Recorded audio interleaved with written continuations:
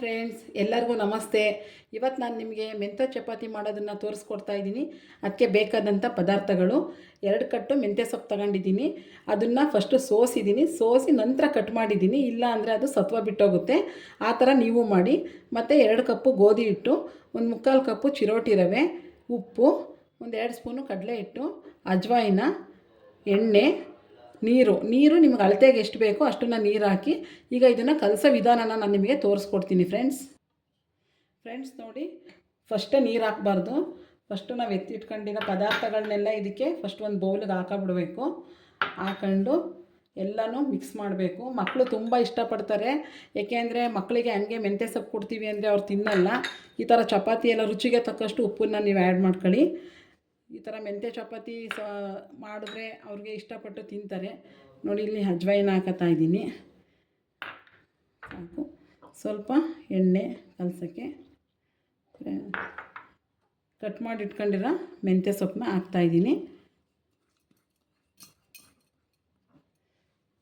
ಈಗ ನೋಡಿ, ಇದನ್ನು ಈ ಥರ ಚೆನ್ನಾಗಿ ಮಿಕ್ಸ್ ಮಾಡಬೇಕು.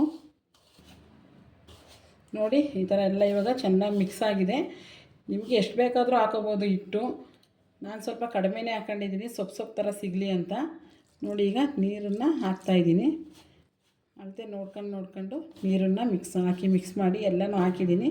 ಚೆನ್ನಾಗಿ ಮಿಕ್ಸ್ ಮಾಡಬೇಕು. ಇದನ್ನು ತುಂಬ ಚೆನ್ನಾಗಿ ಬರುತ್ತೆ. ಮನೇಲಿ ಎಲ್ಲರಿಗೂ ಮಾಡಿಕೊಡಿ. ಸೊಪ್ಪು ಡೈರೆಕ್ಟಾಗಿ ಸೊಪ್ಪಿನ ಸಾರು ಇದೆಲ್ಲ ತಿನ್ನಲ್ವಲ್ಲ, ಆವಾಗ ಈ ಥರ ಮಾಡಿದ್ರೆ ತುಂಬ ಚೆನ್ನಾಗಿರುತ್ತೆ. ನೋಡೋಕ್ಕೂ ಚೆನ್ನಾಗಿರುತ್ತೆ, ತಿನ್ನೋಕ್ಕೂ ತುಂಬ ಟೇಸ್ಟಿಯಾಗಿರುತ್ತೆ. ಟ್ರೈ ಮಾಡಲೇಬೇಕು ನೀವು ಮನೇಲಿ. ನೋಡಿ ಇದು ಮಾಡಬೇಡಿ. ದಯವಿಟ್ಟು ನನಗೆ ಸಬ್ಸ್ಕ್ರೈಬ್ ಮಾಡಿ, ಲೈಕ್ ಮಾಡಿ, ಶೇರ್ ಮಾಡಿ, ಮರಿಬೇಡಿ. ನಾನು ತುಂಬ ವೆರೈಟಿ ಇನ್ನೂ ಮಾಡಿ ಹಾಕ್ತೀನಿ. ನೋಡಿ, ಫುಲ್ಲು ಎಲ್ಲ ಕಲಸಿದ್ದೀನಿ. ಇದಕ್ಕೆ ಸ್ವಲ್ಪ ಮೇಲ್ಗಡೆ ಸ್ವಲ್ಪ ಎಣ್ಣೆನ ಹಾಕಿ ಈ ಥರ ಸೌರಿ ಈ ಥರ ಮಾಡಿ ತುಂಬ ಚೆನ್ನಾಗಿರುತ್ತೆ. ನೋಡೋಕ್ಕೆ ನೋಡಿ ಎಷ್ಟು ಗ್ರೀನಿಶ್ ಆಗಿ ತುಂಬ ಚೆನ್ನಾಗಿ ಕಾಣಿಸ್ತಾ ಇದೆ. ಈಗ ಎಣ್ಣೆ ಹಚ್ಚಿದ್ದೀನಿ. ಇದನ್ನೀಗ 10 ನಿಮಿಷ ಮುಚ್ಚಿಡಿ, ಇಲ್ಲ 5 ನಿಮಿಷ ಮುಚ್ಚಿಟ್ಟು ನಂತರ ಮಾಡೋದು ತೋರಿಸ್ಕೊಡ್ತೀನಿ. ನೋಡಿ, 10 ನಿಮಿಷ ಆಗಿದೆ. ಹಿಟ್ಟು ಚೆನ್ನಾಗಿ ನೆಂದಿದೆ. ಈಗ ಇದನ್ನು ಮಾಡೋ ವಿಧಾನನ ತೋರಿಸ್ಕೊಡ್ತೀನಿ.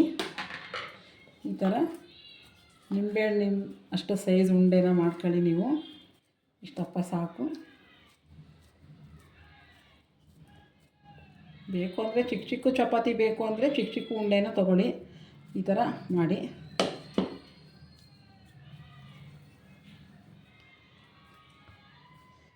ಪಕ್ಕದಲ್ಲಿ ಸ್ವಲ್ಪ ಹಿಟ್ಟನ್ನು ಇದಕ್ಕೆ ಹಾಕೊಳ್ಳಿ.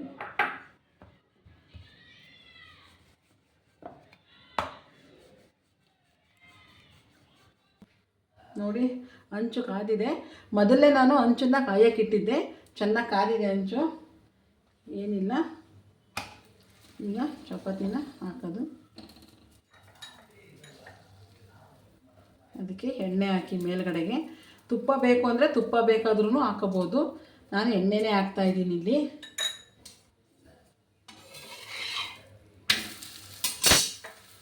ನೋಡಿ, 2 ಸೇರು ಎಣ್ಣೆ ಹಾಕ್ತಾಯಿದ್ದೀನಿ.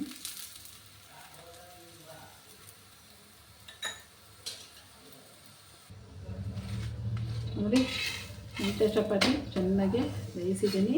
ಚೆನ್ನಾಗಿ ಬೇಯಿಸಬೇಕು. ಸಿಮ್ಮಲ್ಲಿ ಹಾಕೊಂಡೆ ಬೇಯಿಸಿ, ಯಾಕೆ ಅಂದರೆ ಸೊಪ್ಪೆಲ್ಲ ಹಾಕಿರ್ತೀವಿ. ಚೆನ್ನಾಗಿ ಬೇಯಬೇಕು. ತುಪ್ಪ ಹಾಕಿದ್ರೆ ಇನ್ನೂ ತುಂಬ ಚೆನ್ನಾಗಿರುತ್ತೆ. ನೋಡಿ, ರೆಡಿ ಆಯಿತು ಮೆಂತ್ಯ ಚಪಾತಿ. ನೋಡಿ, ಮೆಂತ್ಯ ಚಪಾತಿ ರೆಡಿ. ತುಂಬ ಚೆನ್ನಾಗಿದೆ. ಟ್ರೈ ಮಾಡಿ, ಮಿಸ್ ಮಾಡಬೇಡಿ. ದಯವಿಟ್ಟು ಶೇರ್ ಮಾಡಿ, ಸಬ್ಸ್ಕ್ರೈಬ್ ಮಾಡಿ, ಲೈಕ್ ಮಾಡಿ. Bye friends.